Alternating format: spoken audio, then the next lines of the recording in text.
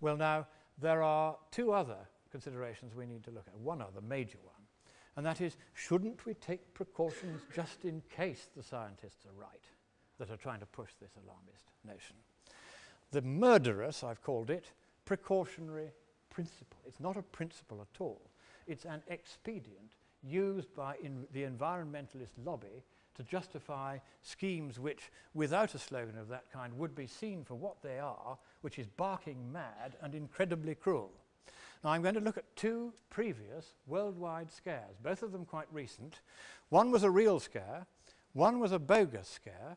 Both of them, the policies were got disastrously wrong because of the effect of pressure groups, and the result was that in each case, millions died. Here we go.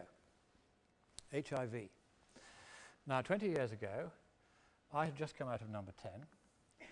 I went across to the US Army Medical Research Division, who had done the first detailed researches on AIDS. I said, my cabinet needs to know what this is going to do and what we should do about it. And the guy in charge of the research, almost in tears, said, oh my God, how nice that somebody is asking rather than telling me. He said, I'll tell you what we need to do.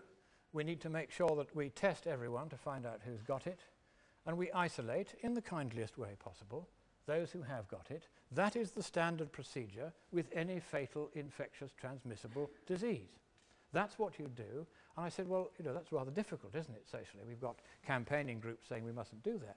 He said, yes, we have. But if they prevail, tens, perhaps hundreds of millions will die. And he said, I beg of you, use your voice, go and write and say we must do this, because it will help us internally to argue this case, which we're not winning at the moment. So I wrote, first in the US and then in the UK. I was subjected, as a result of those articles, to some of the most intense personal vituperation and vilification that I've ever received in a long and sometimes controversial career.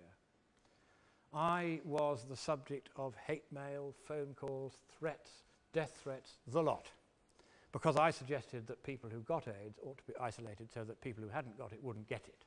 This was regarded as totally unacceptable and cruel and vicious and etc.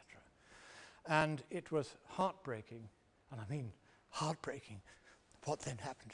Let's move on. Since I wrote those articles, and I failed to persuade people to do the right thing. 25 million people died worldwide, 40 million now are infected, 7.5% infected south of the Sahara, 0.7% infected in the United States.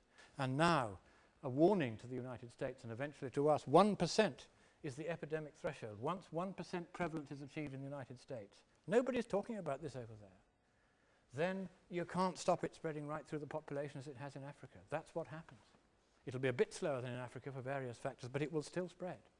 It will kill millions, even in the countries of the West, because we did not have the courage to face down the narrow vested interests of those who did not realize the harm they were doing, because we know from epidemiology that if you isolate cases, you don't get deaths like this. Let's move on from this horrible story